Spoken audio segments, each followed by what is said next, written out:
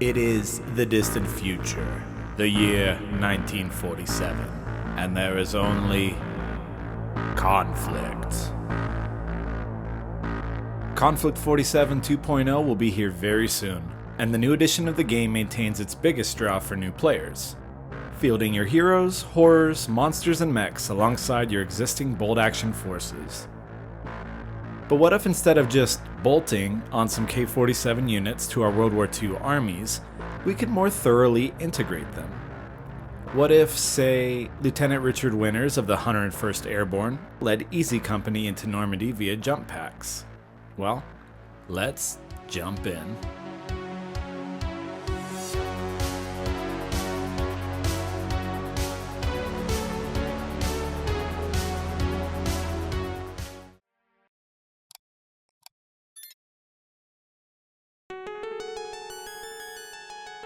I'll be honest with you guys, I never really intended to create videos outside of bolt action. I enjoy my tiny niche within a niche spot in tabletop wargaming. However, this comment from GramSmasher got my imagination going, and this comment from Jonathan Birkland settled it for me. So, if you love this video, make sure to send these two a nice fruit basket and a handwritten thank you note. And if you hate this video and want nothing but bolt action content, their home addresses will be in the description below, so you can exact vengeance upon them in a manner that you see fit. But Jonathan was right. The new D-Day Paratrooper set is awesome. And while the brand new K-47 Firefly miniatures also look great, they have a different sculpting style that might be noticeable when compared to the current US models for bolt action. Not to mention, it's common knowledge that the K in K-47 stands for Kit Bash. So, let's put Jonathan's suggestion to the test and turn the D-Day Paratrooper sprue into our very own Firefly jump infantry. I do have some ground rules for this build. First, outside of scratch building materials like green stuff and plasticard, I'm not going to use any third-party parts. I am sure there are some cool 3D prints for jetpacks and weird war pieces out there, but there really isn't a reason to make a video if I was just going to glue on some bits I found online. Second, I'm not using any Warlord parts outside of what's available on the D-Day Paratrooper sprue, as most everything here can be used and or repurposed without the need for multiple kits. With the foundation set, let's get to the build. First things first, we ought to tackle the jump packs, as this will be the defining feature of our Firefly conversions. I found this 4mm plasticard I-beam that looked like it would be a good base for the jump pack. I cut the beam down to 10mm in length. For the thrusters, I sourced this 5mm styrene tube and made a cut at about 45 degrees. I then made a 90-degree cut a few millimeters further to get the thruster shape. Two of these were glued into place on the I-beam, one above the other. I did cut away some of the plastic ring on the top thruster, so that it sat nicely above the bottom one. At this point, I could shave down the plastic on the back of the model and glue the jump pack into place. The stabilizers were up next, and they were a difficult problem to solve. It would be tough to secure the thin plasticard wings into place without some labor-intensive work, and they'd be pretty fragile when placed on the table. So, for durability and laziness purposes, I settled on some 2x2mm styrene rod. I cut the two rods side by side to get matching angles for the contact points, then cut the rods down to 10mm in length. Following this, I glued them onto the jetpack in a mirrored fashion, and waited for the plastic cement to solidify, before eyeballing the angles for the trailing edges. It's not the cleanest process, but it is quick. To finish the jump pack build, I filled in the gaps on the top of the I-beam with green stuff, and then sculpted the shape of the top thruster over top the I-beam to give the pack its air intake. Now, you could stop here if you wanted. The addition of the jump pack to the airborne models is definitely enough to sell these guys as Konflict 47 Fireflies. However, to further separate these jumpy boys from their World War II counterparts, while maintaining the D-Day Paratrooper style, we can of course take the build further. Let's talk weapons. One of my favorite aspects of the official Firefly models is the Super Tommy guns and their glowing plasma coils. To make our own, we can start with the Thompsons included on the airborne sprue. This particular example is missing its magazine, so I cut away the strap with my clippers, liberated a magazine from the grease gun found on the sprue, and glued it into the magazine well. To recreate the plasma coils in a scalable manner, I glued one very small styrene rod onto either sides of the front grip. I'm sure there are some nice green stuff molds for something like this, but I just don't have one on hand. If you have a suggestion for a household or scratch building item that would work here for plasma coils, please let me know in the comments below.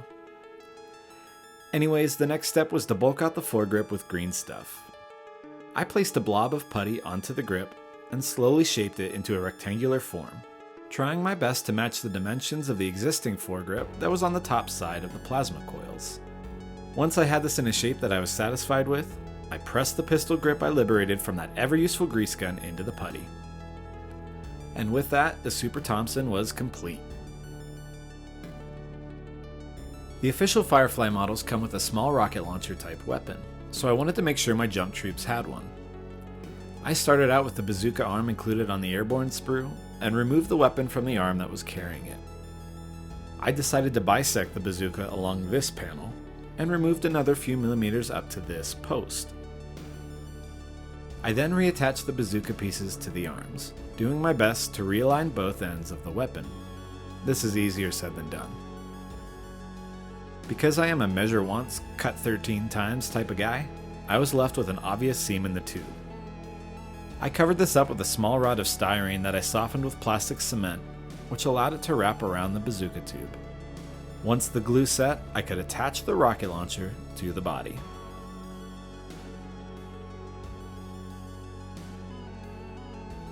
The final special weapon to mirror from the official models is a flamethrower. The airborne sprue includes a signal lantern, which is almost surely going to be used as a flamethrower in many an army and bolt action. My modifications were pretty simple. I removed the wire stock with my clippers and attached the arms to a body.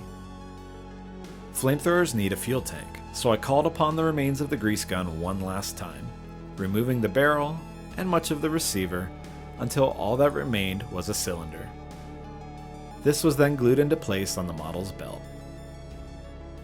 For the fuel hose, I superglued 2 clothing tag wires to the underside of the lantern.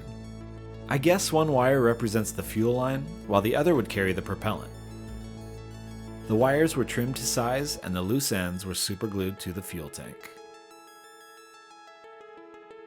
With the special weapons built, we can turn our attention to some sculpting. The official models sport knee pads, shoulder armor, and goggles, so let's recreate all these details on our jump infantry. The knee pads are up first. These were created by smushing a blob of green stuff onto the knee of the model, and then molding them into a roughly rectangular shape with my metal sculpting tool. Once I was satisfied with the shape and the integration into the plastic knee, I turned to my silicone sculpting tools, which I used to add the ridges in the knee pad. I'm really getting some old school hockey goalie vibes from these, and I love it. The shoulder plate was created in a similar fashion, though I didn't use my silicone tool on this harder surface. If I was making these for a large number of models, I would probably create one master and create a blue stuff mold for it, as it is pretty difficult to get the same shape on each model when sculpting these all by hand. The final detail to add to our jump infantry is the goggles. I wanted to take my own approach to this detail, and I decided on a visor instead of the flight goggles the official models sport. Once again, I apply a sausage of green stuff over the eyes, using just a bit more putty than I'll think I will need, so I can remove excess material to make the shape. I alternated between tools to get the visor to look exactly how I wanted, and I did my darndest to have both sides be symmetrical. 4 of my 5 jump infantry will be sporting these visors, but I really wanted my squad leader to stand out. For him, I chose a head with goggles attached to the front of the helmet, and got to work creating a breather or communicator type face mask. I created the bulk of the mask with a layer of green stuff, which I let cure overnight, before adding a second blob of putty. This was manipulated into a box shape, and then I carefully scored some lines into the front to create a filter for the mask.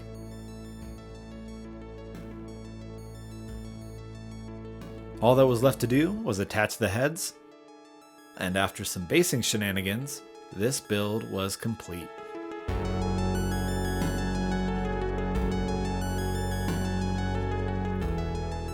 But of course, no kit bash is truly complete until the models are painted, so I did just that, which left me with this.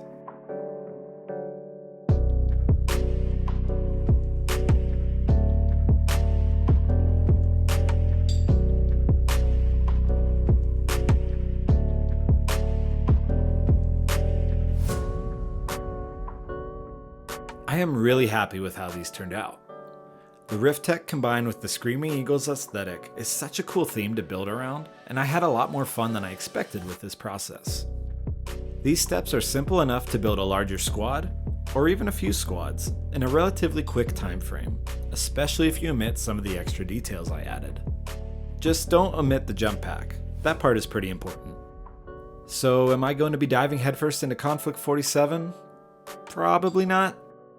There just isn't enough time for all the great games and miniatures out there, and I gotta keep chugging along on my Fulgori army, as well as some other secret projects I have queued up.